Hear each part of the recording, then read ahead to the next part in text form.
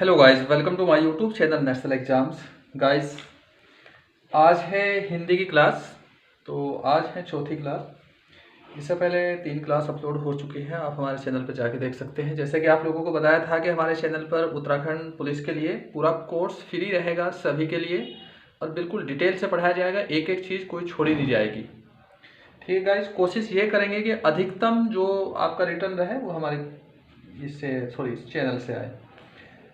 तो कुछ बच्चों की शिकायत थी, थोड़ी लाइट की प्रॉब्लम थी, वो सोल्व करने की कोशिश की गई है। बाकी और भी करेंगे। ऐसा ही है, कोई भी अगर आपको कुछ लगता है तो आप बिल्कुल क्लियर बता सकते हैं कि ये ऐसे प्रॉब्लम हुई है, तो उसे दूर करने की कोशिश करेंगे। तो चलो बच्चों, शुरू करते हैं। तो पिछला जो हमने किया था, लास्ट में हमने घोष के बारे में एक नोट्स लिखवाया था आपको। अब देखते हैं, अगली एक हेडिंग लिखो आप यहाँ।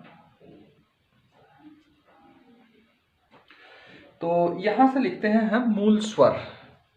ये क्वेश्चन पूछ सकते हैं कि मूल स्वर कौन से होते हैं और कैसे होते हैं।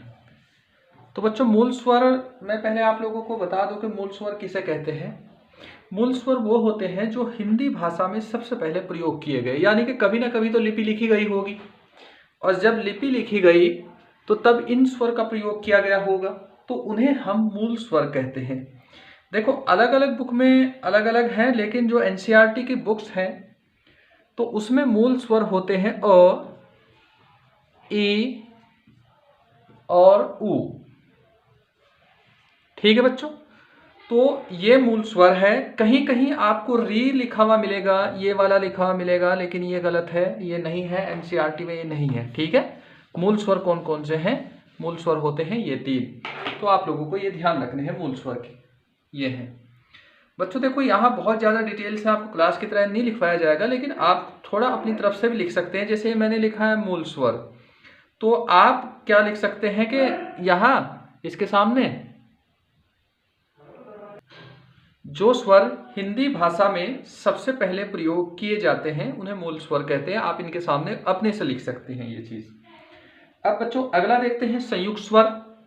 ये भी पूछे जाते हैं। अगर कहीं आपको क्वेश्चन पूछा जाए कि निम्न में से मूल स्वर कौन सा है, बाकी ये 3 में से कोई एक हो और दूसरे में से कोई और आ जाए, तो वहां से आप लगा दोगे मूल स्वर। तो ऐसे ही होते हैं संयुक्त स्वर। तो इन्हें भी देख लेते हैं बच्चों। थोड़ा सा आपको मेहनत करनी पड़ेगी, नहीं तो ऐसा ये क्लास लंबी हो जाएगी। यही क्लास लंबी हो रही है। देखो, संयुक्त स्वर देख लेते हैं यहाँ कौन कौन से होते हैं। देखो, संयुक्त स्वर होते हैं 2 प्रकार के मेरे हिसाब से। ठीक है, और मेरे क्या बुक्स के हिसाब से हैं, तो इन्हें देख लेते हैं कौन कौन से होते हैं। इनमें 2 प्रकार के होते हैं, मूल दीर्घ स्वर। ठीक है बच्चों, एक तो ये होता है मूल दीर्घ स्वर, और दूसरा जो प्रकार होता है उसका होता है दीर्घ संयुक्त स्वर। दीर्घ संयुक्त स्वर।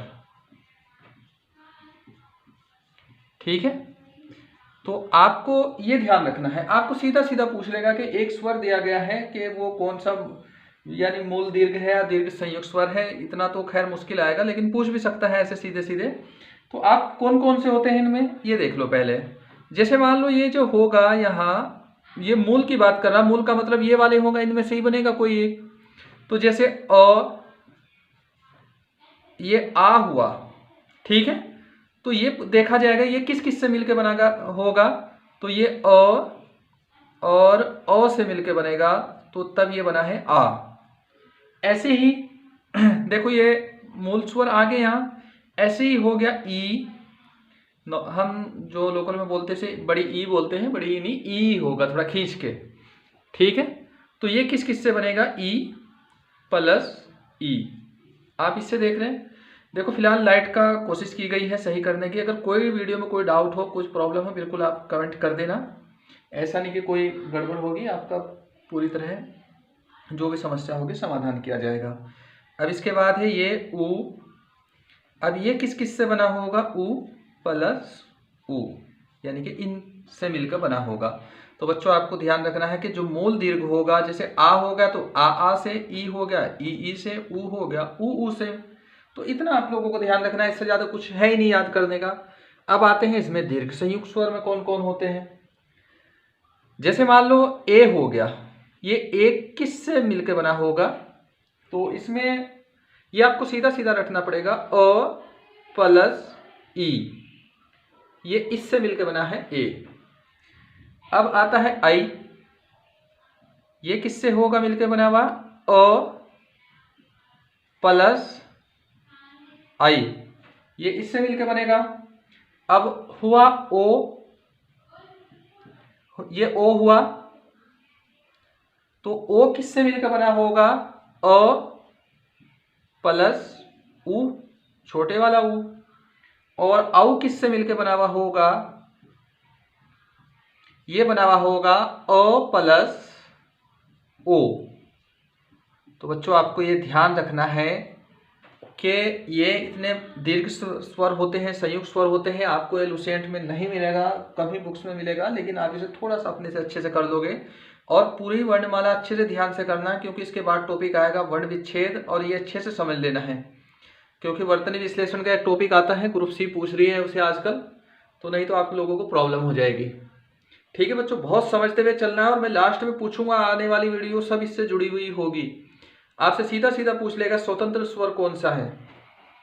ठीक है, आप लोगों के लिए एक क्वेश्चन है, अगर जिन लोगों ने पिछली वीडियो देखी होगी, हिंदी वर्णमाला में स्वतंत्र स्वर कितने होते हैं, स्वतंत्र स्वर बताने हैं आपको।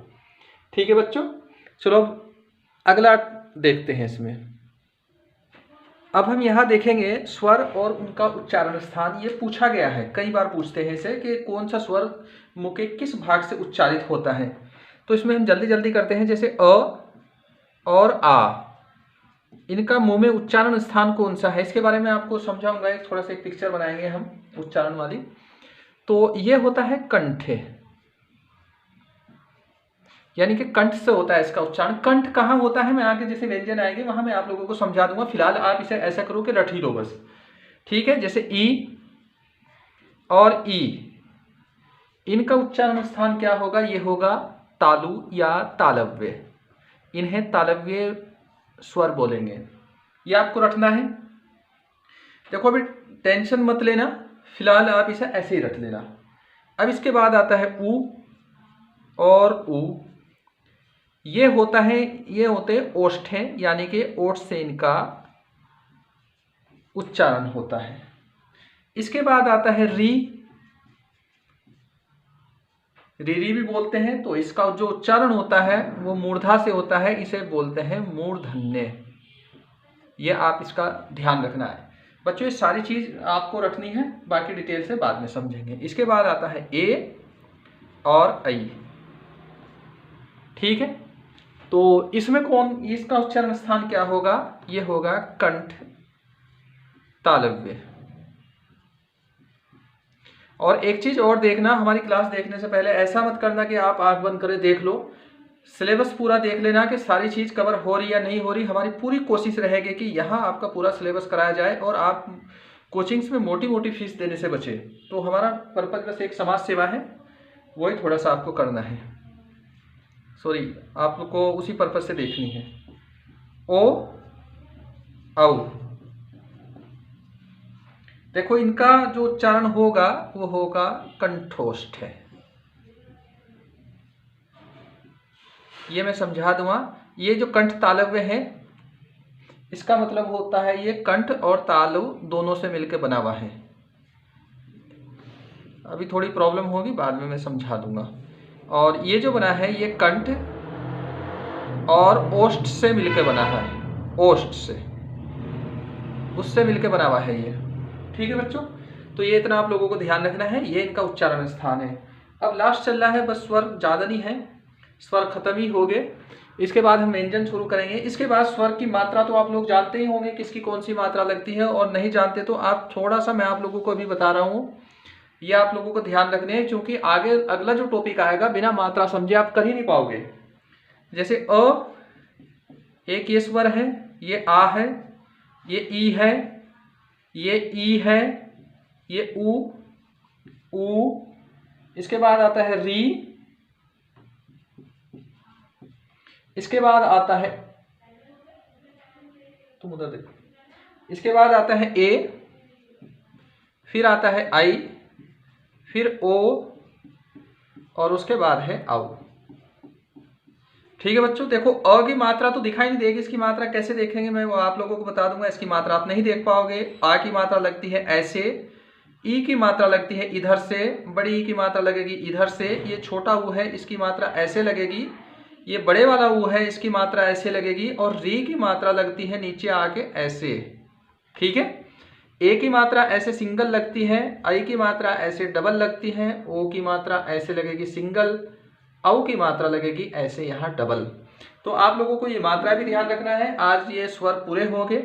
इसके बाद हम जो नेक्स्ट वीडियो में पढ़ेंगे वहाँ शुरू करेंगे व्यंजन से। व्यंजन के बाद जैसे समझ जाओगे फिर उसके बाद हम आप लोगों को पढ़ाएंगे वर्ण विच्छेद या वर्तनी विश्लेषण। बहुत इंपॉर्टेंट टॉपिक है। तो बच्चों आप लोग बहुत बड़े ध्यान से पढ़ना, और मुझे उम्मीद है कि आप लोगों की पढ़ाई भी अच्छी चल रही होगी। और कमेंट करके ज़रूर बताना जीएस का कौन सा सब्जेक्ट आप शुरू कराना चाहते हैं। पॉलिटी, ज्योग्राफी, हिस्ट्री जो भी कहोगे वही शुरू हो जाएगा उसके आधार पे, और फिर आपकी क्लासेस शुरू हो जाएगी। अभी तो आपको डेली एक ही क्लास मिल रही है, फिर 2-3 क्लास डेली मिलेगी। और बस लास्ट एक और है कि हमारे चैनल को सब्सक्राइब भी करना है और अपने सब फ्रेंड्स में शेयर भी करना है। देखो अगर हमारे सब्सक्राइबर जैसे ही बढ़ते हैं तो फिर क्या होता है कि हमें भी थोड़ा मोटिवेशन मिलता है और अच्छी अच्छी वीडियो बनाते हैं, अच्छा अच्छा मैटर लाएंगे आपके पास। पूरी क्लासेस फ्री है, कहीं कोचिंग में जाने की ज़रूरत नहीं है, बिल्कुल डिटेल से एक एक चीज़ पढ़ाई जाएगी। चलिए बच्चों, मिलते हैं नेक्स्ट वीडियो में।